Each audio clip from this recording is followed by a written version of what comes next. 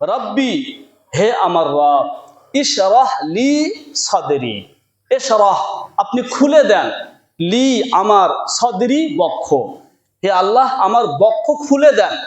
এর অর্থ হচ্ছে আমার মধ্যে হিম্মত দান করেন। কি দান করেন? শরহে সদরের অর্থ কি? বুক খুলে দেওয়া, বক্ষকে উন্মুক্ত করে দেয়া। এর অর্থ হচ্ছে হিম্মত পয়দা করা। তার মানে আমি আমার এই মিশন কায়েম করতে গিয়ে, আপনার ওয়াহদানিয়াতের দিকে মানুষকে ডাকতে গিয়ে, যত বড় জালেম শাসক হোক না কেন, তার সামনে দাঁড়িয়ে হক কথাগুলো বলতে যেন আমি ভয় না পাই, সেই হিম্মত আমাকে দান করো। যত বড় বাধা আসুক না কেন, আমাকে যেন টলতে না পারে, আমি যেন বাধা উপেক্ষা করে সামনের দিকে আগাতে পারি, এরকমের হিম্মত আমাকে দান করেন। আসসালামু আলাইকুম ওয়া রাহমাতুল্লাহি ওয়া বারাকাতুহু।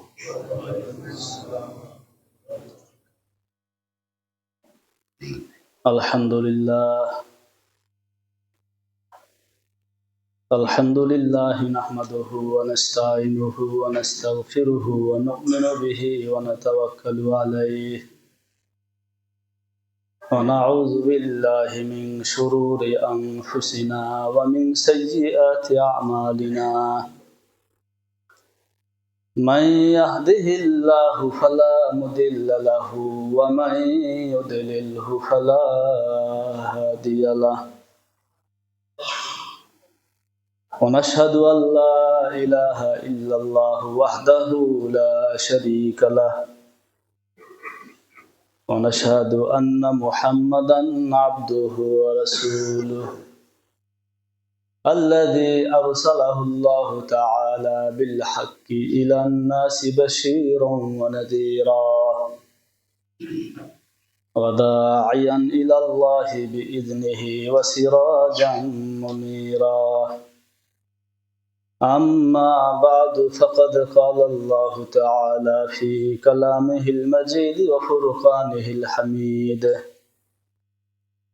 أعوذ بالله من الشيطان الرجيم. بسم الله الرحمن الرحيم. وما تلك بيمينك يا موسى. صدق الله العلي العظيم وصدق رسوله النبي الكريم ونحن على ذلك من الشاهدين والشاكرين. سبحانك لا علم لنا إلا ما علمتنا إنك أنت العليم الحكيم. সকলেই পড়ি: রব্বি জিদনি ইলমা, রব্বি জিদনি ইলমা, রব্বি জিদনি ইলমা, রব্বি ইশরাহ লি সাদরি ওয়া ইয়াসসির লি আমরি ওয়াহলুল উকদাতাম মিন লিসানি ইয়াফকাহু কওলি।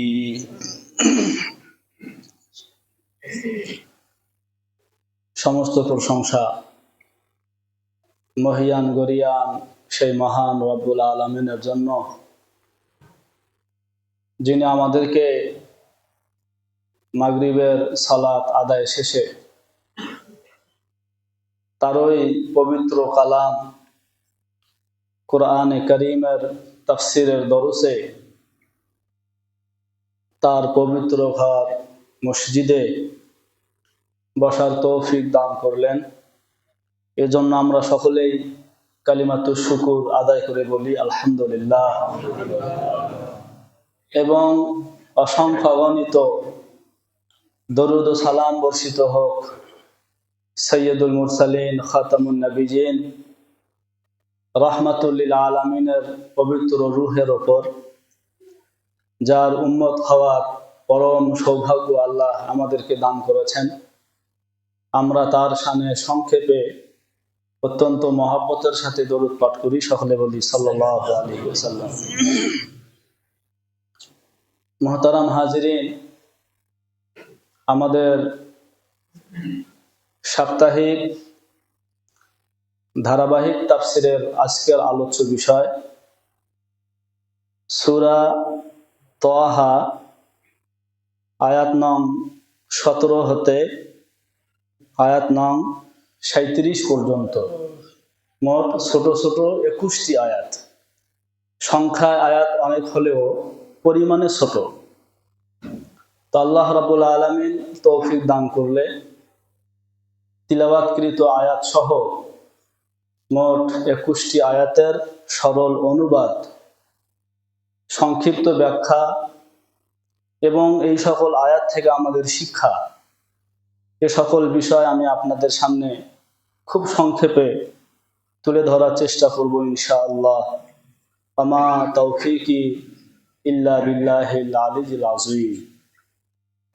মুহতারাম হাজিরিন, আমি যে আয়াতে কারিমা তিলাওয়াত করেছি সূরা তাহা এর 17 নম্বর আয়াত, এখানে মূলত আল্লাহ রাব্বুল আলামিন হযরত মূসা আলাইহিস সালাম এর একটি ঐতিহাসিক সফরের বিবরণ দিয়েছেন। যেই সফর হযরত মূসা আলাইহিস সালাম এর জীবনের এক ঐতিহাসিক সফর। পৃথিবীতে খুব কম মানুষের ভাগ্যে এমন ঐতিহাসিক সফর মিলে। কি কারণে এই সফর ঐতিহাসিক? এই জন্য যে এই সফরে হযরত মূসা আলাইহিস সালাতু ওয়াস সালাম এর নামের সাথে অতিরিক্ত আরো 2টি নাম যুক্ত হয়েছে। মনে আছে তো আপনাদের? একটি হলো এই সফরেই স্বয়ং স্রষ্টা আল্লাহ রাব্বুল আলামিনের সাথে হযরত মূসা আলাইহিস সালাম অত্যন্ত আবেগঘন অবস্থায় আলাপচারিতা করেছেন, যে কারণে পরবর্তীতে এই ঘটনার পর থেকে হযরত মূসা এর নামের সাথে যুক্ত হয় মূসা কালিমুল্লাহ, যেন আল্লাহর সঙ্গে কথা বলেছেন। ঠিক একই সফরে আল্লাহ রাব্বুল আলামিন হযরত মূসাকে রিসালত দান করেন, নবী হিসাবে মনোনীত করেন। তখন হযরত মূসার নামের সাথে যুক্ত হয় মূসা রাসূলুল্লাহ। তাহলে মূসার নামের সাথে একটা শব্দ যুক্ত হলো কালিমুল্লাহ, আর একটা শব্দ যুক্ত হলো রাসূলুল্লাহ। 2টা গুণই সর্বোচ্চ বড় গুণ, এর উপর আর কোনো গুণ হয় না। এজন্য হযরত মূসার জীবনে এই ইতিহাস, এই সফর একটি ঐতিহাসিক সফর। মূলত এই সফরের ঘটনা শুরু হয়েছে 9 নম্বর আয়াত থেকে। সূরা তাহা 9 নম্বর আয়াত থেকে শুরু হয়েছে। ইতিমধ্যে আমাদের কিছু অংশ আলোচনায় চলে এসেছে। যতটুকু আলোচনায় চলে এসেছে তা হলো এই, যখন হযরত মূসা আলাইহিস সালাম 2 পাহাড়ের মাঝখানে একটা জায়গায় অবস্থান করতেছিলেন, কনকনে শীতের রাত, অন্ধকার রাত। তো তার হাতের ডান দিকে তুয়া পর্বত, সেখানকার একটি গাছে, যে গাছটা ছিল একদম সতেজ সবুজ পাতা পল্লবে ভরা, এমন একটি গাছে তিনি দাউ দাউ করে আগুন জ্বলতে দেখলেন। যে আগুনের বৈশিষ্ট্য হলো এই পাতাও পড়ে না, ডালও পড়ে না। সেখান থেকে আওয়াজ আসলো যে আমি আল্লাহ বলছি, আমি তোমাকে নবী হিসাবে মনোনীত করলাম, ফাসতামি লিমা ইউহা। অতএব যখন তুমি নবী হিসাবে তোমার কাছে যে ওহী আসছে, যে প্রত্যাদেশ আসছে, সেটা তুমি মনোযোগ সহকারে শোনো। এরপর আল্লাহ রাব্বুল আলামিন হযরত মূসাকে তার ধর্মের সমুদয় মূলনীতি খুব সংক্ষেপে দান করলেন। একটা হচ্ছে তাওহীদ, যেটা আল্লাহ তাআলা এভাবে বললেন, ইন্নানি আনাল্লাহ, আমি একমাত্র আল্লাহ। তাওহীদের শিক্ষা দিলেন। 2 নম্বর রিসালত, ফাসতামি লিমা ইউহা, তোমার কাছে যে ওহী আসে সেটা মনোযোগ দিয়ে শোনো। আর ওহী তো কার কাছে আসে? নবী রাসূলদের কাছে আসে। তাহলে রিসালত, ইন্না সাআতা আতিয়াতুন, কিয়ামত অবশ্যম্ভাবী, মানে আখিরাত। তাহলে তাওহীদ, রিসালাত এবং আখিরাত, হযরত মূসার ধর্মের সমুদয় মূলনীতি খুব সংক্ষেপে আল্লাহ তাআলা হযরত মূসার কাছে পাঠালেন, মূসাকে জানালেন।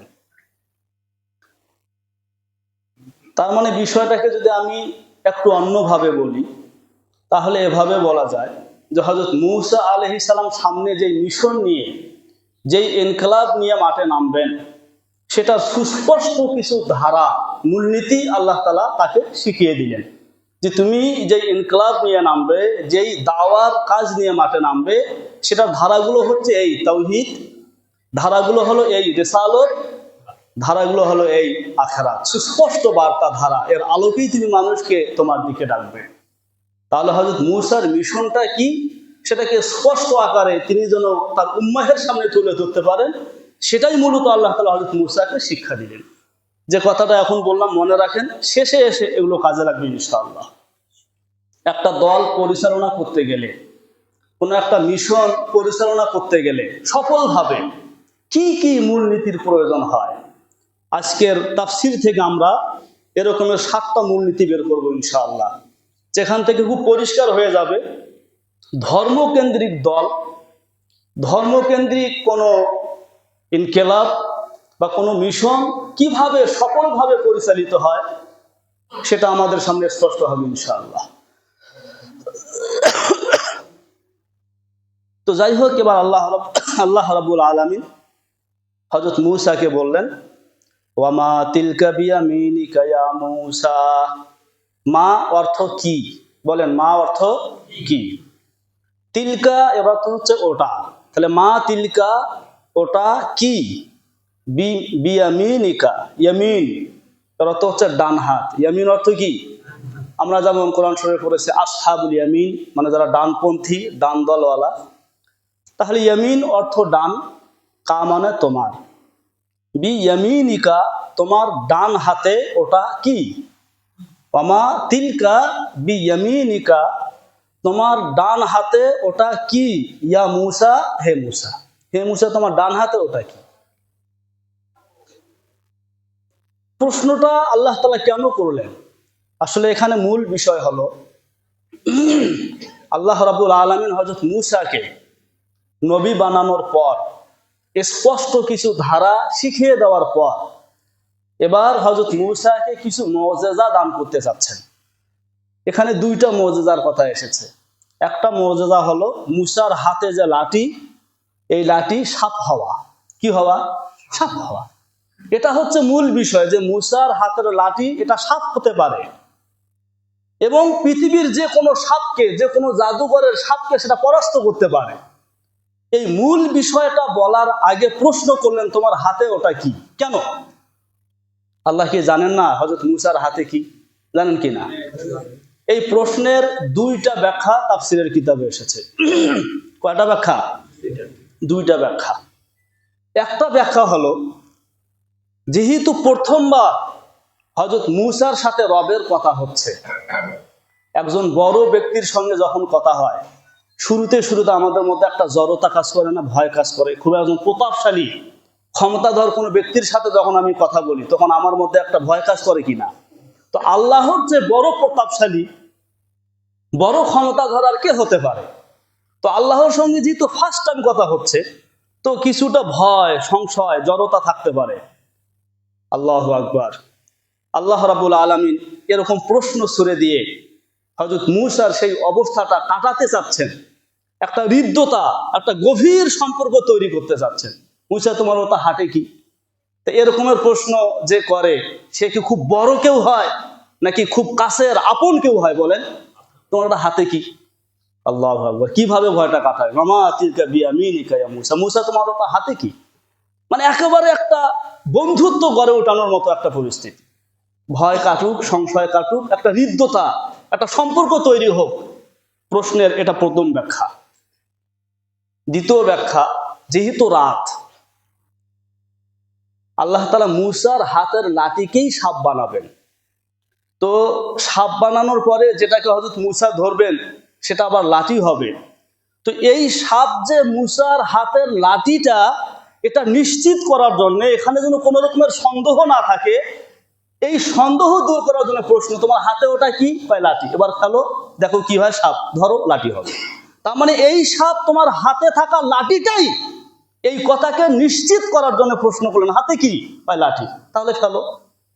তার মানে কোনোভাবে যেন এরকমের সংশয় তৈরি না হয়, এই সাপ মনে হয় আসলেই সাপ, আমার হাতের লাঠিটা বুঝি না।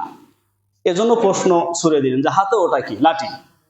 তাহলে স্পষ্ট হবে এই সাপ আর অন্য কিছু না, এই সাপ হচ্ছে কি? লাঠি। ওয়ামা তিলকা বিয়ামিনিকা ইয়া মূসা, মূসা তোমার ডান হাতে ওটা কি? এই প্রশ্নের উত্তর তো এতটুকুই হয় যে লাঠি। কি বলেন?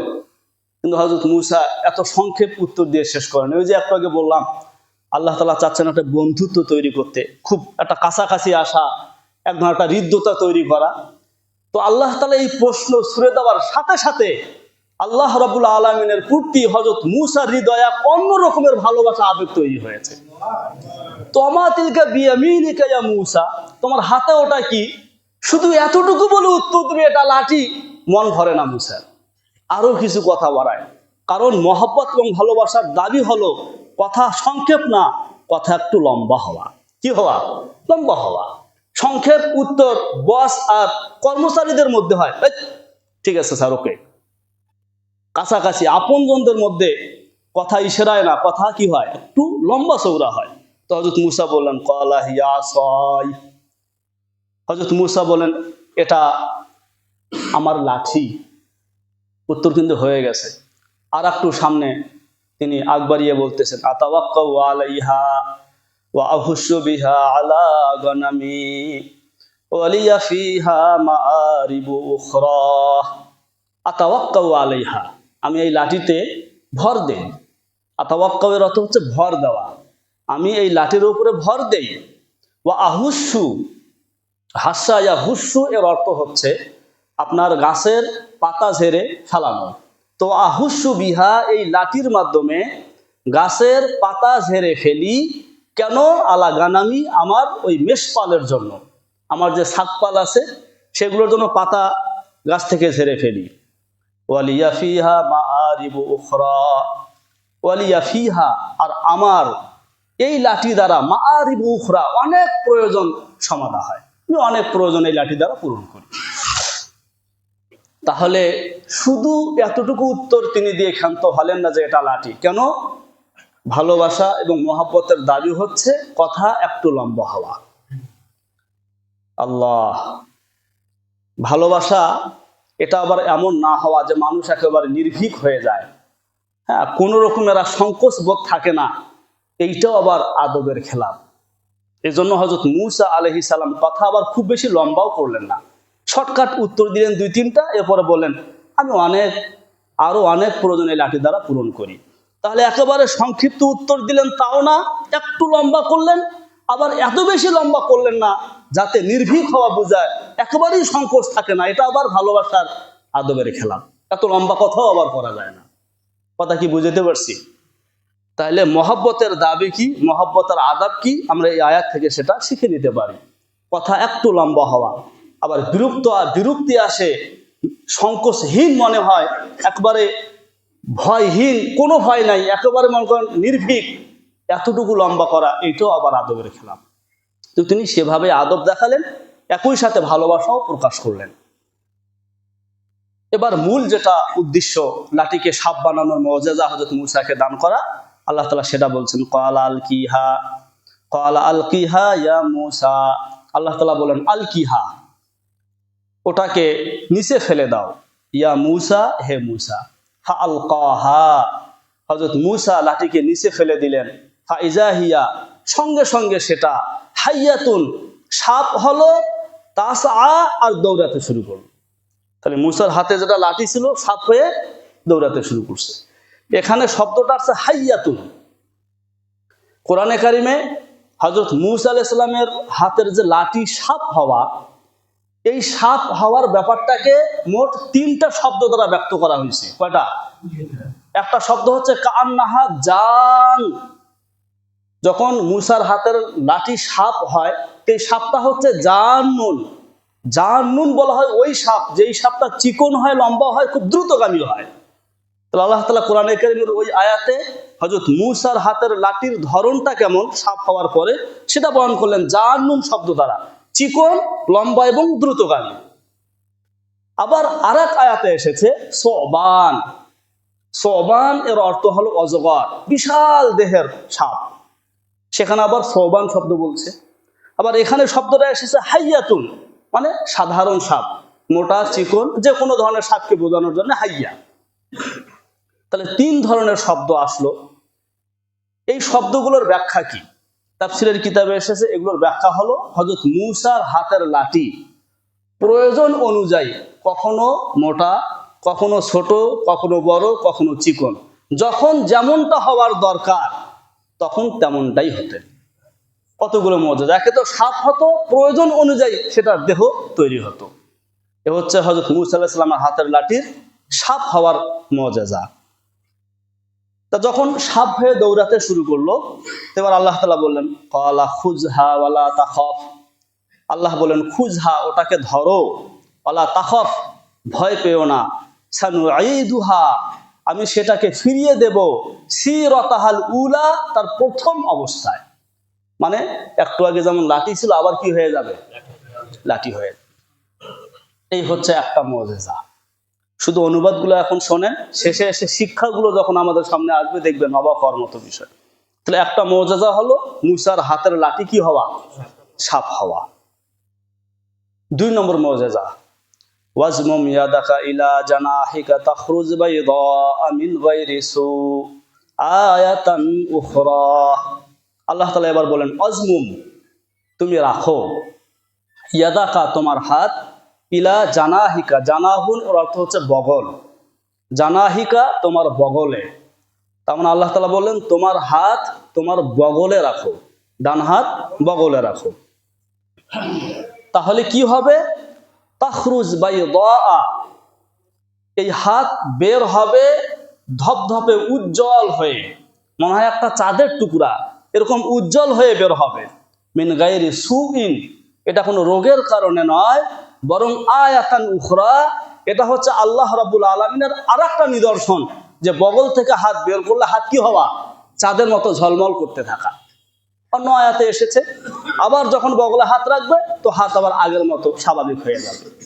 তাহলে হযরত মূসা আলাইহিস সালাম এর হাতের লাঠি সাপ হওয়া এটা একটা মুজিজা, বগলে হাত রাখলে হাত উজ্জ্বল হওয়া এটা আর একটা মুজিজা। মোট কয়টা মুজিজা দিলেন? 2টা। এবার আল্লাহ তাআলা বলেন লিনুরিয়াকা মিন আয়াতিনাল কুবরা, লিনুরিয়াকা, এই মুজিজাগুলো আমি কেন তোমাকে দান করলাম? তাই লিনুরিয়াকা, আমি তোমাকে দেখাতে চাই, মিন আয়াতিনা আল কুবরা, আমার বড় বড় নিদর্শনাবলী হতে কিছু, আমার যে অসংখ্য নিদর্শনাবলী আছে এর কিছু আমি তোমাকে দেখাতে চাই। তাহলে বলুন, হযরত মূসা আলাইহিস সালামের হাতের লাঠি সাপ হওয়া এটা জাদু নাকি মুজিজা? হাত বগলে রাখলে সাদা হওয়া, উজ্জ্বল হওয়া, এটা কি জাদু নাকি মুজিজা? মুজিজা। এগুলোকে আল্লাহ তাআলা বলেন আয়াতান কুবরা, বড় বড় নিদর্শনাবলী। তো আমাদের জাদুঘর যারা আছে, জাদুগির, তারাও কিন্তু এরকমের অলৌকিক বিষয় দেখায়, সাপ দিয়ে, রশি দিয়ে সাপ তৈরি করে, করে কি করে না? জাদু এবং মুজিজা এর মধ্যে পার্থক্য কি? আমি কিছু মৌলিক পার্থক্য আপনাদেরকে শোনাই। প্রথম পার্থক্য হলো মুজিজা এটা আল্লাহ তাআলার পক্ষ থেকে আসে, আর জাদু এটা বান্দার পক্ষ থেকে আসে। বুঝলেন না? বুঝলেন না? 2, মুজিজা এটা প্রকাশ পাওয়ার কোনো সময় নির্ধারণ থাকে না, আপনি চাইলে মুজিজা দেখাইতে পারবেন না। কিন্তু জাদু, যে জাদুগির সে চাইলেই জাদু দেখাতে পারে। তাহলে মুজিজার জন্য কোনো সময় নির্ধারণ থাকে না, কিন্তু জাদুর জন্য কি থাকে? সময় নির্ধারণ থাকে। 3, মুজিজা প্রকাশ পাওয়ার আগ পর্যন্ত যার থেকে মুজিজা প্রকাশ পাবে তিনি নিজেও বুঝতে পারেন না এটার ধরন কেমন হবে, কিন্তু একজন জাদুগির তার জাদু প্রকাশ করার আগে সে জানে আমার জাদুটা কেমন হবে। কথা কি বুঝতেছেন? সবচেয়ে বড় কথা, মুজিজা এটা আল্লাহ রাব্বুল আলামিনের পক্ষ থেকে আসা আয়াতান কুবরা, নিদর্শন, আর জাদু এটা জাদু, এটা কোনো নিদর্শন না। এই সব পার্থক্যের দ্বারা আমরা বুঝতে পারি মুজিজা কোনটা আর জাদু কোনটা। যাই হোক, আল্লাহ রাব্বুল আলামিন হযরত মূসাকে নবুয়তি দান করলেন, 2টা মুজিজা দিলেন। আসলে মুজিজা দেওয়ার কারণ কি? কারণটা আমি বলি। যখন হযরত মূসা আলাইহিস সালাম দাওয়াতের কাজ শুরু করবেন, যখন কোনো মানুষ কাউকে তার দলের দিকে ডাকে, তার মিশনের দিকে ডাকে, বা কোনো একটা বিষয়ের দিকে ডাকে, তো মানুষের মাঝে আগে আস্থা তৈরি করা এটা জরুরি হয়ে পড়ে। অর্থাৎ যখন আমার প্রতি মানুষের আস্থা তৈরি হবে, আমার দলের প্রতি যখন মানুষের আস্থা তৈরি হবে, আমার যে মিশনটা, আমার যে ইনকিলাবটা, এটার উপরে যখন মানুষের আস্থা তৈরি হবে, তখন মানুষ সেটার ডাকে সাড়া দিবে। এবার কি বলেন? আস্থা তৈরি না হলে কি মানুষ আসবে? তাহলে মুআজিজাগুলো দান করার পেছনে মূল কারণ হচ্ছে মানুষের আস্থা তৈরি করা। কি তৈরি করা ভাই? যেন আস্থা তৈরি হয়। যে আস্থা তৈরি হলে পরে তার ডাকে সাড়া দেওয়া, তার দলে ফেরা, এটা সহজ হয়ে যায়। তাহলে নবী রাসূলদেরকে আল্লাহ তাআলা যে মুআজিজাগুলো দান করেছিলেন, এটার পিছনে কারণ হলো মানুষের মধ্যে নিজের একটা আস্থা তৈরি করা। বলেন কি তৈরি করা? বাস এ কথাটা আপনারা মনে রাখেন। যখন নবুয়তি দান করলেন, স্পষ্ট ধারাগুলো দান করলেন, আস্থা তৈরি হওয়ার মতন কিছু মুআজিজাও দিয়ে দিলেন, এবার আল্লাহ তাআলা হযরত মূসাকে নির্দেশ দিলেন, ইজহাব ইলা ফিরাউন, ইজহাব তুমি যাও, ইলা ফিরাউন, ফিরাউনের নিকট, ইন্নাহু তাগা, কেননা সে সীমা লঙ্ঘন করেছে। তাকে গিয়ে তাওহীদের দিকে ডাকো। যেই তিনটা মূল ধারা দিলাম, ওই তিনটা ধারার দিকে তাকে ডাকো।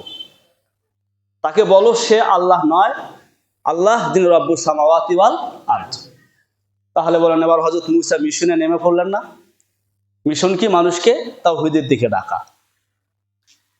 এরপরে দেখেন আজীব কথা এখানে এসেছে যে একটা মানুষ যখন মাঠে নামবে, কাজ করবে, তো কাজগুলো করার সময় কোন কোন বাধার সম্মুখীন সে হতে পারে। হযরত মূসা আলাইহিস সালাম সেই বাধাগুলোর কথা সামনে আনলেন এবং আল্লাহর কাছে সেই বাধাগুলোকে কিভাবে উপেক্ষা করা যায় সেটার জন্য দোয়া করলেন।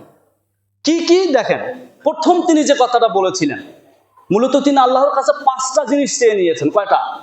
আমি আপনাদেরকে বলেছিলাম 7টা মূলনীতি, 2টা মূলনীতির কথা অলরেডি চলে গেছে, আমি আবার বলবো। তিনি এবার 5টা জিনিস চেয়ে নিলেন। তাহলে বিগত 2টার সাথে 5টা যোগ হলে কয়টা হবে? 7টা। তিনি যেই 5টা জিনিস আল্লাহর কাছে চেয়ে নিয়েছেন, এর প্রথমটা হলো কলা, তিনি বললেন, তার মানে বোঝা গেল একটা দল পরিচালনা করতে গেলে বা কোনো মিশন পরিচালনা করতে গেলে কিসের দরকার? হিম্মতের দরকার। নরবড় অবস্থায় কোনো দল পরিচালনা করা যায় না, হিম্মত দরকার, হিম্মত। তিনি হিম্মতটা চেয়ে নিলেন। আপনারা তাফসীর শুনেছেন সূরা আলাম নাশরাহ লাকা সাদরাকের, ওখানে আমি বলেছিলাম আল্লাহ তাআলা বললেন, হে মুহাম্মদ, আমি কি তোমার বক্ষ খুলে দেইনি? হয়তো আপনাদের যারা শুনেছেন মনে থাকার কথা, বক্ষ খুলে দেওয়া মানে আল্লাহ তাআলা নবীজিকে বাহির এবং ভিতরের এমন শক্তি দান করেছিলেন যে কোনো পরিস্থিতির মোকাবেলা করা। অর্থাৎ সারা পৃথিবী যদি নবীজির বিরুদ্ধে চলে যায়, তো নবীজির কাছে সেটাকেও তুচ্ছ মনে হতো। এই রকমের হিম্মত আল্লাহ তাআলা নবীজির মধ্যে দান করেছিলেন, যে কারণে কোনো পরিস্থিতিতে পুরা জাহিলিয়াতের মোকাবেলায় এক নবী তাওহীদের আওয়াজ তুলেছেন সর্বপ্রথম একা। নাকি বলেন? পুরা জাহিলিয়াত একদিকে, পুরো জাহিলিয়াতের বিপরীতে দাঁড়িয়ে একটা কণ্ঠ উচ্চারিত হয়েছে, ইন্নী আনাল্লাহ লা ইলাহা ইল্লা আনা ফাবুদনি, আমি আল্লাহ, তোমরা আমার ইবাদত করো। আমার মনে হয় না কিয়ামত পর্যন্ত এইরকম চ্যালেঞ্জ, এইরকম পরিস্থিতি আর কারো বেলায় তৈরি হবে। অর্থাৎ আপনি একটা আওয়াজ তুলবেন, আর ওই আওয়াজ শুধু আপনি একা তুলেছেন, আর কেউ ছিল না সাথে। এই পরিস্থিতি কি আপনার মনে হয় আসবে সামনে? কিন্তু নবীজি ওই পরিস্থিতি ফেস করেছেন। পুরা জাহিলিয়াত একদিকে, এক নবী একা প্রথম আওয়াজ তুলেছিলেন। এটার জন্য কেমন হিম্মতের দরকার? তিনি জানেন এই আওয়াজ তুললে সবাই আমার বিরুদ্ধে চলে যাবে, আমার রাস্তা সংকীর্ণ হয়ে যাবে, আমার জীবন দুর্বিষহ হয়ে পড়বে। কোনো কিছুর পরোয়া করে নাই। এটার নাম হচ্ছে হিম্মত। বলেন, এটার নাম কি? হিম্মত। হযরত মূসা আলাইহিস সালাম আল্লাহর কাছে হিম্মত চেয়ে নিলেন, হে আল্লাহ, আমাকে হিম্মত দান করেন। 2, ওয়ায়াসসির লি আমরি, ইয়াসসির সহজ করুন, লি আমার, আমরি কাজ, আমার কাজকে, আমার মিশনকে সহজ করে দিন। এটার অর্থ আপনি সংক্ষেপে করতে পারেন দোয়া। বলেন, এটার অর্থ কি? দোয়া। মানে যে কোনো পরিস্থিতিতে আল্লাহকে ডাকা, আল্লাহর কাছে সাহায্য চাওয়া। যে কোনো কঠিন পরিস্থিতি সামনে এসেছে, দোয়া করা, হে আল্লাহ, আপনি সহজ করে দেন। আল্লাহুম্মা উলতুফ কুল্লা আসিরিন লি ইয়াসিরা, হে আল্লাহ, যত কঠিন কাজ আছে আপনি আমার জন্য কি করে দেন? সহজ করে দেন। ফাইন্না তাইসিরা কুল্লি আসিরিন আলাইকা ইয়াসিরুন, যে কোনো কঠিনকে সহজ করা আপনার জন্য একেবারেই সহজ ব্যাপার। আপনার জন্য কঠিন বলতে কিছু নেই, আপনি আমার জন্য কঠিনকে কি করে দেন? সহজ করে দেন। তার মানে দোয়া। এরপর ওয়াহলুল উকদাতাম মিন লিসানি, ওয়াহলুল এর অর্থ হচ্ছে খুলে দেওয়া বা দূর করা, উকদাতান জড়তা, মিন লিসানি আমার জিহুবার জড়তা দূর করেন, আমি যেন স্পষ্ট ভাষায় কথা বলতে পারি। হযরত মূসার মধ্যে জড়তা তৈরি হলো কখন? যখন হযরত মূসা আলাইহিস সালাম তাকে আসিয়া তুলে নিয়ে গেলেন রাজপ্রাসাদে, দুধ পান করানোর দায়িত্ব পেলেন হযরত মূসার মায়ের। লম্বা ঘটনা, দুধ পান করানোর সময় শেষ, এখন হযরত মূসা ফিরআউনের রাজপ্রাসাদে চলে গেলেন। তো কোনো একদিনের ঘটনা, হযরত মূসা খেলতেছিলেন, তখন ফিরআউন কাছে এসেছে আর ফিরআউনের গালের মধ্যে একটা থাপ্পড় বসে দিয়েছে। তাফসীরে মারুফুল কোরআনে এসেছে। ফিরআউনের মাথা তো খারাপ, সর্বনাশ, যার জন্য হাজার হাজার শিশুকে হত্যা করা হয়েছে, এই আবার সেই শিশু কিনা, মেরে ফেলবে এই অবস্থা। তো আসিয়া বলেন, অবুঝ শিশু, তার কাজে আপনি উত্তেজিত হচ্ছেন, দেখেন সে যে অবুঝ প্রমাণ হয়ে যাক। তো একদিকে আপনার কিছু মনে মুক্তা, একদিকে কি আগুন রেখে দিয়েছে। একটা কথা মনে রাখবেন, তাফসীরের কিতাবে এসেছে, যারা নবী রাসূল হয় তাদের শৈশব কিন্তু বাকি ৮-১০ জনের শৈশবের মতো না। হযরত মূসা তখনও বুঝতেন মণিমুক্তা দামি, আগুন না। তিনি মণিমুক্তার দিকেই হাত বাড়িয়েছিলেন, বলেন সুবহানাল্লাহ। এটা একজন নবী রাসূল হিসাবে শৈশব থেকেই তার মধ্যে এই জ্ঞানটা আল্লাহ তাআলা দান করেন। তার শৈশব অন্য ৮-১০ জনের শৈশবের মতো না। তখন আল্লাহ রাব্বুল আলামিন ফেরেশতার মাধ্যমে তার হাত মণিমুক্তার থেকে নিয়ে আগুনে দিয়েছেন, আগুন নিয়ে মুখে দিয়েছেন, জিহ্বাপুরে, সেখানে জড়তা তৈরি হয়েছিল। এটা প্রমাণ করার উদ্দেশ্য ছিল যে সে অবুঝ, তার এই কাজে উত্তেজিত হওয়ার কোনো কারণ নেই। যাই হোক, এই যে জড়তা তৈরি হয়েছে তিনি সেটা দূর করার দোয়া করলেন। এখান থেকে একটা কথা তো পরিষ্কার হলো, যিনি মানুষকে কোনো মিশনের দিকে ডাকবেন, দলের দিকে ডাকবেন, আল্লাহর ওয়াহদানিয়াতের দিকে ডাকবেন, তিনি স্পষ্টভাষী হওয়া, এটা আরেকটা শর্ত। এটা স্পষ্টভাষী হওয়া কি আরেকটা শর্ত। কেমন স্পষ্ট ভাষা হওয়া? পরে আয়াতে বলছেন, ইয়াফকাহু কওলি, যাতে তারা আমার কৌল, আমার কথা বুঝতে পারে। তাহলে মানুষ বুঝতে পারে মতো করে তার সামনে উপস্থাপন করতে পারা, একদম প্রাঞ্জল ভাষায়, সাবলীল ভাষায় সহজ করে বলতে পারা, এটা আরেকটা শর্ত কোন মিশনকে সাকসেস করার। তো তিনি সেটা আল্লাহর কাছে চাইলেন। কয়টা হলো? 3টা। 1 নম্বরে বক্ষ খুলে দেওয়া, হিম্মত; 2 নম্বরে দোয়া; 3 নম্বরে স্পষ্ট ভাষা, সাবলীল উপস্থাপনা; 4 নম্বর ওয়াজআলনি ওয়াজিরাম মিন আহলি, ওয়াজআলনি, আপনি আমাকে দান করেন, ওয়াজিরান, একজন ওয়াজির মানে একজন সহযোগী, মিন আহলি, আমার পরিবার হতে, আপনি আমার পরিবার হতে আমার একজন সহযোগী, যিনি আমার ব্যাকআপ করবে, আমার কোনো সমস্যা তৈরি হলে তিনি এগিয়ে আসবেন, এটাকে বলা যায় ব্যাকআপ। সহযোগী আপনি দান করেন। সে কে হবে? হারুন আখি, সে হবে আমার ভাই হারুন। তার মানে আমার ভাই হারুনকে আপনি আমার কি বানান? সহযোগী বানান। তাহলে বোঝা গেল কোনো মিশনকে সাকসেস করার জন্য পেছন থেকে ব্যাকআপ দরকার। কি দরকার? ব্যাকআপটা কি? আমি আলোচনায় আসতেছি, বিষয়গুলো একটু টাচ দিয়ে যাচ্ছি। হযরত মূসা কিন্তু সফরে আছেন। কোথায় আছেন? সফরে। আর হারুন হলো মিশরে। হারুনের সাথে তো এখনো কোনো সমস্যা হয় নাই। তো হযরত মূসা যখন এখান থেকে দোয়া করেছেন, তো দোয়া করার সাথে সাথে ওইদিকে হারুনকে আল্লাহ তাআলা কি দিয়ে দিয়েছেন? নবুয়তি দান করে দিয়েছেন। এবং পরবর্তীতে তিনি হযরত মূসার ইস্তেকবালের জন্য, স্বাগত জানানোর জন্য রাস্তায় এসেছিলেন। ঘটনা আসতেছে সামনে। তো হযরত মূসা বললেন, আমার একজন সহযোগী বানান আমার পরিবার থেকে, যে হবে আমার ভাই হারুন। কেন? উশদুদ বিহি আজরি, আপনি তার মাধ্যমে আমার শক্তিকে দৃঢ় করেন। উশদুদ মানে দৃঢ় করা, আজরি মানে শক্তি, আমার শক্তিকে আপনি দৃঢ় করেন। 5 নম্বর, ও আশরিকহু ফি আমরি, আমি তো নবী, তাকে আমার নবুয়তে শরীক করেন, মানে তাকেও কি বানান? নবী বানান, তাকেও নবী বানান। তাহলে আমিও নবী, সেও নবী, আমি যে ভালো কাজটা করছি সেও ওই ভালো কাজটা করবে। তার মানে তাকে, আমাকে একজন ভালো সঙ্গী হিসেবে দান করেন। তার মানে বোঝা গেল শুধু ব্যাকআপ হলেই হবে না, ব্যাকআপটা কি হওয়া লাগবে? ভালো হওয়া লাগবে। ভালো হলে লাভ কি? পরে আয়াত তিনি বলেছেন, কাই নুসাব্বিহাকা কাসীরা ওয়া নাযকুরাকা কাসীরা, শেষের দিকে চলে এসেছে। ভালো সঙ্গীর লাভ কি? ভালো পরিবেশের ফায়দাটা কি? একটা মানুষ খারাপ পরিবেশে থাকা, ভালো পরিবেশে থাকা, পরিবেশ বলতে একটা কথা, ভালো পরিবেশ মানুষকে সহজেই ভালো করে, এবার খারাপ পরিবেশ মানুষকে সহজেই খারাপ করে। খারাপ পরিবেশে থেকে ভালো হওয়াটা খুব টাফ। তো তিনি বললেন তাকে আমার কাজে শরীক করেন, মানে তাকেও নবী বানান। লাভটা কি হবে? কায় নুসাব্বিহাকা কাথীরা, যেন আমরা দুইজন মিলে আপনার অধিক পরিমাণে তাসবিহ পাঠ করতে পারি। কি পাঠ করতে পারি? তাসবিহ। ওয়ানাযকুরাকা কাথীরা, এবং আপনাকে বেশি বেশি জিকির করতে পারি, স্মরণ করতে পারি। তাহলে বোঝা গেল ভালো সঙ্গী আল্লাহকে স্মরণ করার ক্ষেত্রে, আল্লাহর তাসবিহ পাঠের ক্ষেত্রে কি হয়? সহায়ক হয়। এরপরে তিনি সর্বশেষ এসে বলেন ইন্নাকা কুনতা বিনা বাসীরা, ইন্নাকা নিশ্চয় আপনি, কুনতা বিনা বাসীরা আমাদের সবকিছুই দেখছেন, আমার সমস্ত অবস্থা আপনার সামনে আছে। আমি আপনার কাছে 5টা জিনিসের আবদার করলাম।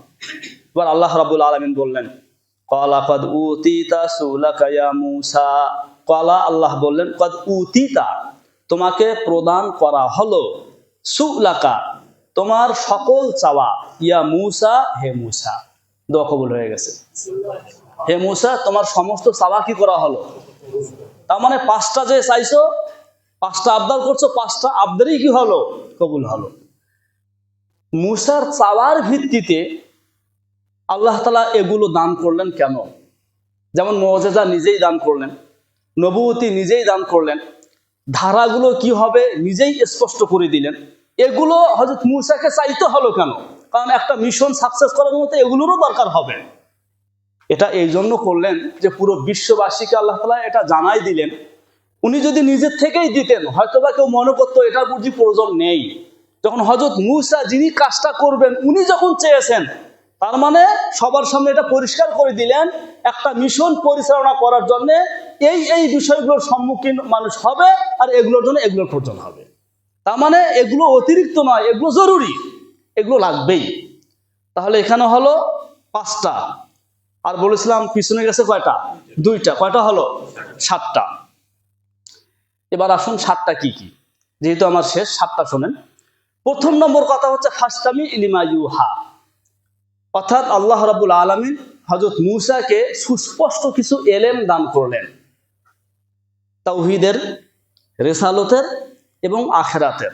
এতে এটা বোঝা যায় কোনো দল বা কোনো মিশনকে, ধর্মভিত্তিক কোনো ইনকিলাবকে সফল করার জন্য সবার আগে দরকার এলেম।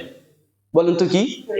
সুস্পষ্ট কিছু ধারা থাকবে। কি করব আমি তোমাদেরকে কোন দিকে ডাকছি, এইগুলো হচ্ছে আমার কাজ, আসো আমার সাথে যুক্ত হও, দলটা ভারী করো, এই কাজগুলো আমি তোমাদের জন্য করতে চাই।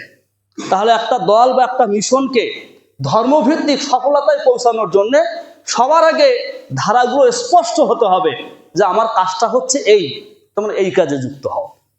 তাহলে বলুন 1 নম্বর কি? এলেম, সুস্পষ্ট ধারা থাকা। 2 নম্বর যেটা আমি বলেছিলাম মুআজিজা, মানে আস্থা। বলেন 2 নম্বর কি? আস্থা। এই আস্থা কিভাবে আসবে? ওই দায়ী যিনি দলটা পরিচালনা করবেন, যিনি মিশনটা পরিচালনা করবেন, যিনি মানুষকে তাওহীদের দিকে ডাকবেন, সবার আগে সেখান থেকে শুরু হবে নীতি নৈতিকতা। বলেন কি? নীতি, সর্বোচ্চ ইনসাফ, সর্বোচ্চ অধিকারের কথা, ইনসাফের কথা, জুলুম মুক্ত নীতি নৈতিকতা, আপনার সামাজিক অবস্থান সব কিছু মিলে তিনি একটা মডেল হবেন। সবার সামনে একটা আস্থার তিনি জায়গা তৈরি করে নেবেন যে না ঠিক আছে, ওকে, এর পিছনে আসা যায়। তাহলে 1 নম্বর হচ্ছে এলেম, সুস্পষ্ট ধারা। 2 নম্বর হচ্ছে আস্থা। এই আস্থা তৈরি হবে নিজের আখলাক, চরিত্র এবং নীতি নৈতিকতার মধ্য দিয়ে। তার মানে যারা নেতা হবে সবার আগে তাদের চারিত্রিক সংশোধনটা জরুরি। তাদের চারিত্রিক সংশোধনের মাধ্যমেই কিন্তু মানুষের মধ্যে কি তৈরি হবে? আস্থা তৈরি হবে। 3 নম্বরে হিম্মত। এটা তো আর ব্যাখ্যা করে বলার দরকার নেই। 3 নম্বরে হিম্মত লাগবে। হিম্মত তখন আসে যখন সামনে ধারাগুলো স্পষ্ট হয়, যখন নীতি নৈতিকতা ভালো থাকে, তখন তার মধ্যে ভিতর থেকে একটা স্পিরিট কাজ করে। যেমন আপনারা হাদির ব্যাপারে দেখেছেন, তার ভিতরে যে একটা স্পিরিট ছিল, এটা কিন্তু তার নীতি নৈতিকতার জায়গা থেকে এসেছে। তিনি যেই নীতিকে, যেই নৈতিকতাকে সামনে রেখে যেই ইনসাফের কথা বলতেন, তার কাছে 100% সেটা কি ছিল, সঠিক ছিল, বিধায় উনি জীবন মরণে কোনো পরোয়া করেন নাই। তার মধ্যে একটা হিম্মত, একটা স্পিড কাজ করেছে যে যেটা আমি করছি এটা 100% সঠিক। তাহলে হিম্মত আসে নিজের নীতি নৈতিকতার জায়গা থেকে। আপনি কতটুকু স্বচ্ছ, আপনার নীতি নৈতিকতা কেমন, আপনার চারিত্রিক অবস্থা কেমন, সবকিছু মিলেই হিম্মত আসে। তাহলে 3 নম্বরে হিম্মত। 4 নম্বরে দোয়া। বলেন 4 নম্বরে কি? যে কোনো পরিস্থিতিতে আল্লাহমুখী হওয়া, আল্লাহর কাছে সাহায্য চাওয়া। 5 নম্বরে স্পষ্ট ভাষা। কারণ আপনি যদি মানুষকে আপনার বার্তাটা বুঝাতে সক্ষম না হন, আপনি যদি আপনার বার্তাটা মানুষের কাছে সাবলীলভাবে যদি পৌঁছাতে না পারেন, তো আপনার দিকে তো মানুষ ঝুঁকবে না। তাহলে স্পষ্ট ভাষা, সাবলীল উপস্থাপনা। এরপরে ব্যাকআপ লাগবে, সহযোগী লাগবে। এই সহযোগী বা ব্যাকআপটা কি?